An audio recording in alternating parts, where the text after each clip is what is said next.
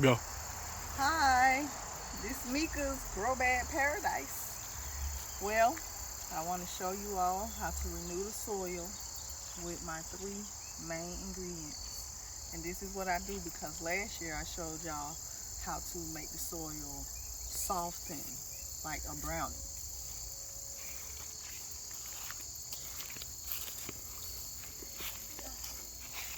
Here go one of my old bags. And this is what I do. I dump it.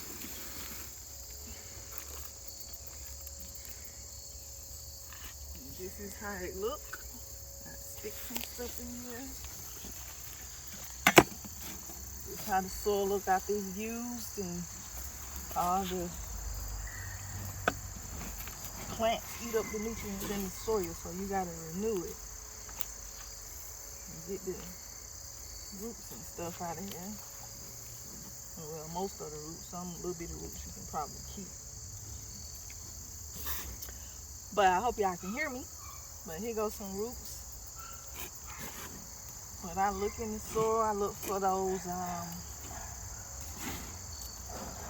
grubs. It's a little grub that kind of look like a shrimp or something, and it eat roots. And sometimes when you go to your local stores and purchase plants, it be grubs in their soil, so it can be in your soil when you buy it and plant it yourself. So when you get those grubs in your soil, they eat at your root, so you wonder why your plant died, because you have like a grub in there. And I look in the soil and look for those little grubs. You can look online and look up grubs and you'll see what they look like. They look like a big old fat juicy white looking worm, and they curve like a sea. Look like a shrimp to me. But they be in the soil. So I go through the soil looking for certain things. And then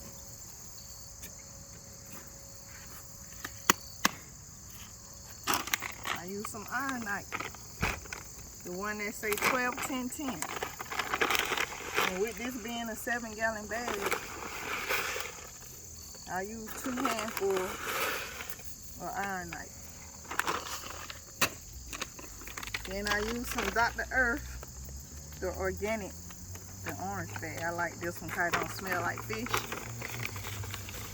And I use 2 hands. Then I use the garden line to bring that balance back and make it some pH balance, 7 and 6. But I use like 4 hands, not full hands, but just a nice little amount since that's a 7-gallon bag. Then I take this peat moss.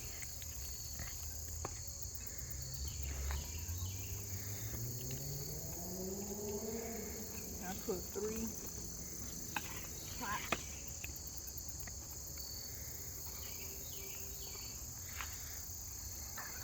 A full peat moss. Sometimes 4, depending.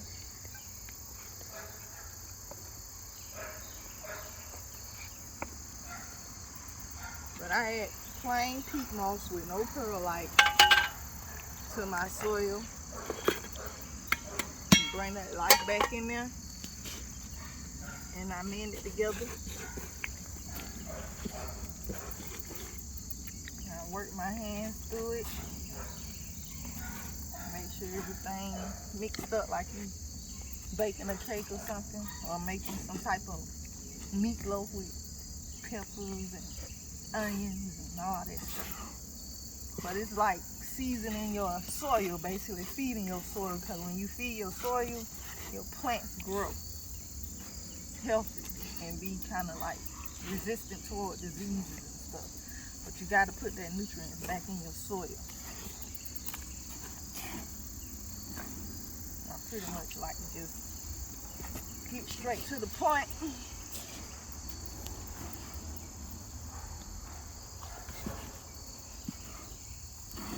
But I make sure the soil is nicely mixed up.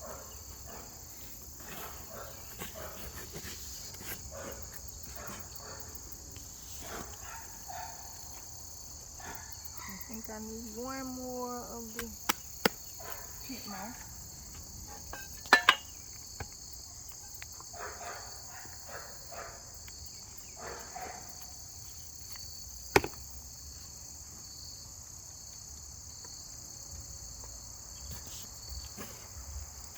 Mixing it together,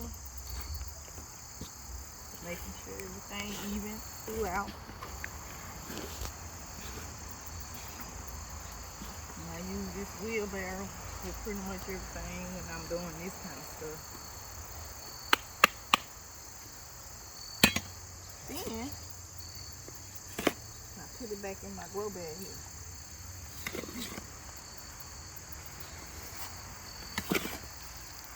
You can see how it's all mixed up and it still look good and rich, and some good soil here.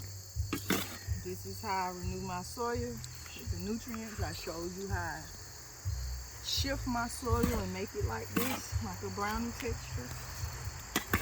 And every year I pretty much go through the same routine. I do this all the time because feeding your soil is very important for your plants. If you want them to be healthy and resistant towards disease, you gotta make sure that soil got all the stuff your plant needs.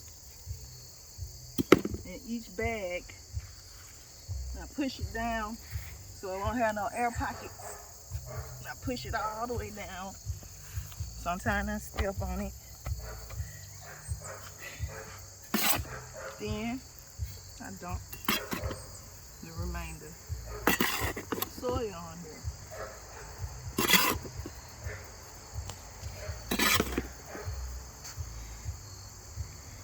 And I push it down. And it's still soft and fluffy, see? Still can dig in it. So if you want to grow carrots and all that stuff, it's the kind of soil carrots and root plants love. Your roots gotta be able to move around in the soil. So with these grow beds, I do a plant per grow bed so each plant can have enough room to do its thing. It likes its space. I learned that over the 6 years I've been doing my gardening thing. And then I take water and I pretty much water over this. And I place my bag here, and I got like 4 more to do, but I did all these bags. All of these are done. I got new babies in most of the bags. I got collard greens, cabbage. You'll see them later when I do a film on it. Right now I got my mustard greens over here. You can see them, and I got to get those carrots up out of there from last. Well, from the beginning parts of the, I'd say March, where I had them carrots. So these are my mustard greens. That's how they looking now. I brought them out a month ago, and they was little tiny. Now they to this size, so it pretty much take about 4 weeks before most of your collards and cabbages reach that level, so you'll know pretty much approximately when to put your seed in. I got started a little late this year because I be busy, but no excuses. But that's how the mustard greens look. I got 3 things of red mustard green in the middle, and the rest of them regular mustard greens. And got my spinach and my Swift Charge over there, and my Asian spinach miscellaneous. I put signs up now for everything. And there was some strawberries there, over there in the tree area. Strawberries. This is how they look, and this is what they do. They stay they about 4 years old now, and they keep producing. As long as you take care of and make sure the soil got food, they're gonna always stay healthy for you and constantly stay producing. Strawberries. Strawberries. There's some more strawberries here, and here's my moringa tree. I have 2 of them, and I planted them from seeds. So I'm gonna see how they do in the winter time. here in Georgia. And here's the other moringa tree. And I put nutrients in the soil also, so we're gonna see how they do. All this gonna be lettuce, different types, Romania, red Romania. It's gonna be butter crunch, iceberg. And then I'm gonna have my kale, of course. I'm gonna have red Russian kale, blue card kale, dinosaur kale, 2 pots of those. I'm gonna show you all that when they finish doing their thing, because right now I still got seeds coming up in the house or whatever, the little greenhouse I got going on, which I'll have a video on that soon. I just wanted to show y'all how to renew your soil and put food in there after the process that I did in the last video, because a lot of people don't know how to really do that or know where to go about, but you got to use what works for you. But those 3 main things that I put in that soil is very important, because that ironite have a lot of stuff in there that you really can't buy, and that Dr. Earth have a lot of food and root growth and all that kind of stuff in there that the plants really like, because I had to find out what the plants like, you know, and it took me a couple of years to find that out and find out what really worked, because there's so many different products out there on the shelf. So those things work, and plus having that garden line, especially when you're doing vegetable plants, fruit plants and things like that that need that pH balance to be at like a 6 and 5, 7. But anything acidic, you want to use acidic instead of garden line. That makes the soil like a 4 or 3 for like blueberries and blackberries and things like that. But other than that, garden line for all your crops. You need to add it to it. It's very important. Add that sweetness, that flavor, and your minerals and stuff come from the iron and the food from the Dr. Earth. So let that be known. And I appreciate anybody looking at this page, learning things, because that's what my job is. Teaching you from me learning. Now share. And thank you. That's the Mika's Grow Bag Garden Paradise. I'll come back with some more stuff and some more knowledge, and enjoy your day. Much love.